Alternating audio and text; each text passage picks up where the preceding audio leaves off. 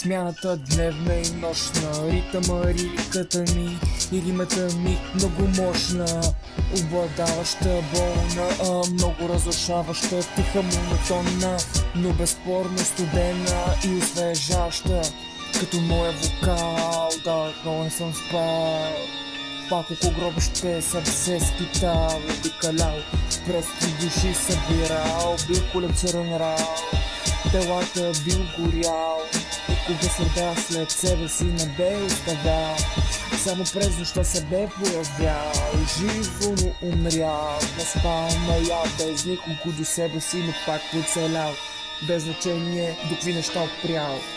Той сили не събрал, прогресирал, докато деградирал, леници изтезавал, изпреварвал, без се състезавал и побеждавал. В нощта симфония създава, грехове купува, препродавал.